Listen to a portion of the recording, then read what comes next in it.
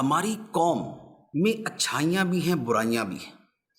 بعض اوقات اچھائیاں سامنے آتی ہیں تو دل خوشی سے جھوم اٹھتا ہے کہ یار الحمدللہ ہماری قوم اتنی اچھی ہے، لیکن بعض اوقات جب برائیاں سامنے آتی ہیں تو یقین کیجئے کہ دل جل اٹھتا ہے کہ یار ہمارے لوگ اتنے برے ہیں، ان میں اتنا گھٹیا پن ہے، ان کے اندر اس قدر رذالت ہے، ان کے اندر اس قدر نیچ پن ہے، یہ مفادات کے لیے اتنے اندھے ہو چکے ہیں، ان کو احساس تک نہیں ہے۔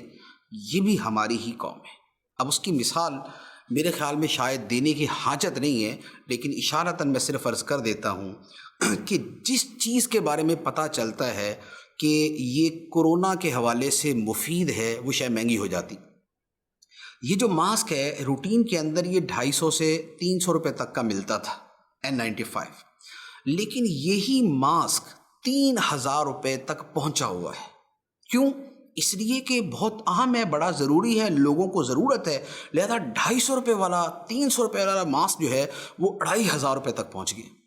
ابھی چند دن پہلے مشہور ہوا کہ سنا مکی جو ہے وہ فائدے مند ہے۔ وہ سنا مکی ایک گھاس سی ہے کہ جس کو پوچھتا کوئی نہیں، لیکن اب وہی سنا مکی جو 200 روپے کلو ملتی تھی وہ 2500 روپے کلو ہو گئی۔ سینیٹائزر جب ضرورت پڑی تو وہ کہاں سے کہاں ان کا ریٹ پہنچ گیا، ان میں جال سازی شروع ہو گئی۔ تو اچھا، اسی طرح بھی چند دن پہلے کسی نے بول دیا کہ دیسی مرغی کھانے سے بڑا فائدہ ہوگا، وہ دیسی مرغی جو ہے وہ 2000 روپے کلو ہو گئی، حالانکہ نارملی 600 روپے کلو 550 روپے کلو تک مل جاتا ہے اس کا گوشت۔ تو یار یہ کیا انسانیت ہے؟ یہ کیا چیز ہے؟ کوئی شرم، حیا، عقل، غیرت، کوئی احساس نام کی چیز بھی ہمارے دلوں کے اندر ہے یا نہیں؟